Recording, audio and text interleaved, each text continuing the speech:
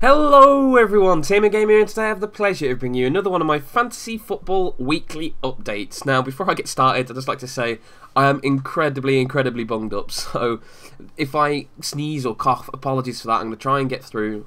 Did a massive session of blowing my nose before this, so fingers crossed I can get through this without sniffing or coughing or any form of mucus related activity would be great. But right, as always, the first place to start is with my team, and I have to say, finally, oops, what have I done there? Get rid of Premier League away days.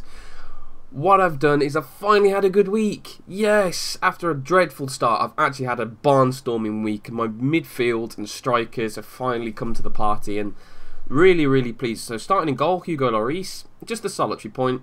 You know, Tottenham conceded 2 goals away against Sunderland. He didn't get any bonus points for saves, so only a solitary point for him. Debuchy, I thought played well against Manchester City, but picked up a bad looking injury, so potentially going to have to transfer him out. I'm still deciding on what defender I want to replace him with, so I've got a little bit of time left for that. Got Vincent Kompany in midfield, again played in the same game, 1 point, no assists, no goals, nothing like that, no bonus points, so not too shabby.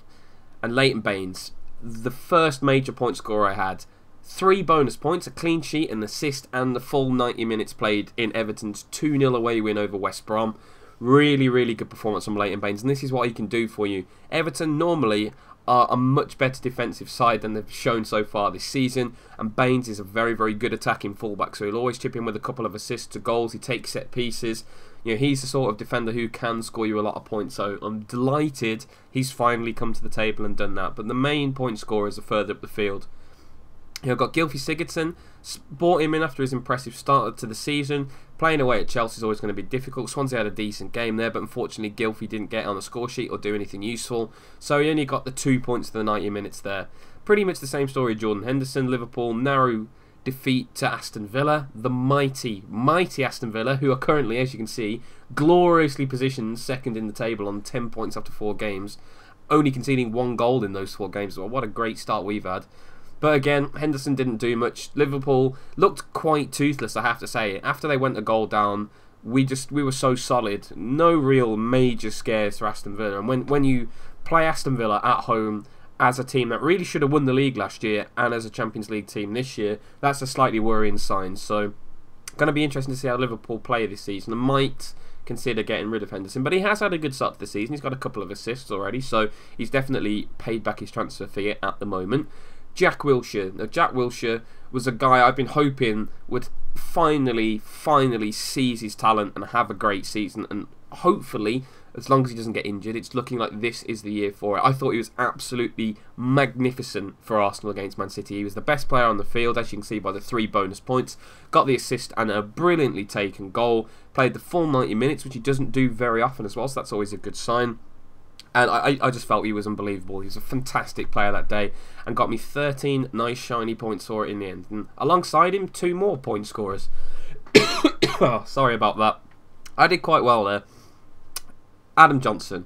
Goal scored, got a bonus point. That's already 8 points. And if your midfield's getting your 8 points, that's pretty nice. You know, I said when I first showed my team to you that I felt that whenever Sunderland would do well, Adam Johnson would do well. So he's the sort of player who will pick you up a couple of points throughout the season. And again, nice goal already. And alongside him, Alexis Sanchez, again, another goal. Unfortunately, he got booked for taking his shirt off when he was celebrating, which was a little bit frustrating. I was sitting there thinking, no, you've lost me a point. What have you done, Alexis? But hey, if you keep scoring goals and taking your shirt off, I'll take the goals, I guess. But again, 90 minutes played, that's another bonus 2 points. And now the meat of my points up front. Wayne Rooney, I did go for him as captain, because again, Diego Costa had rumours if he wouldn't play, and fit, etc. So I went with Rooney as captain, and that backfired a little bit. I didn't even put Costa as vice captain just in case he didn't play, because if Rooney didn't start or got injured in the warm-up, and then Costa didn't play, all of a sudden my captain would have been completely useless. So fortunately for me, that didn't happen. And Wayne got an assist and a goal, played the full 90 minutes and got 1 bonus point for his effort. So that's a nice solid 20 points altogether when the captain's bonus double points is added, so that's pretty sweet. And then alongside him, Diego Costa, who has just been an absolute phenomenon so far this season. He's got 3 goals in a 71-minute burst.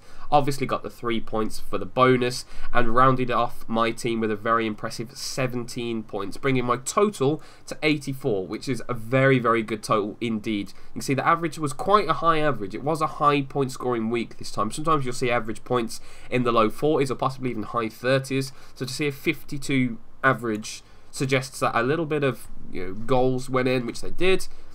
A lot of players had good weeks, and a lot of popular players had good weeks. Pretty much everybody's going to have Costa.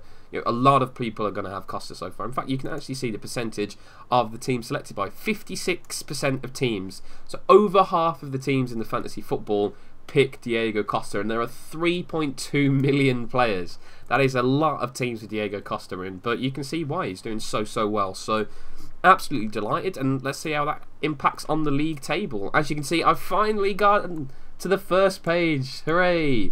There we go, on 211 points. Definitely within striking distance of Ginger Boys and Simon Woodhall, who stays top of the league for 2 weeks now. Somebody needs to knock him off his perch next week. Is this Simon's team? Yeah, it is. There we go.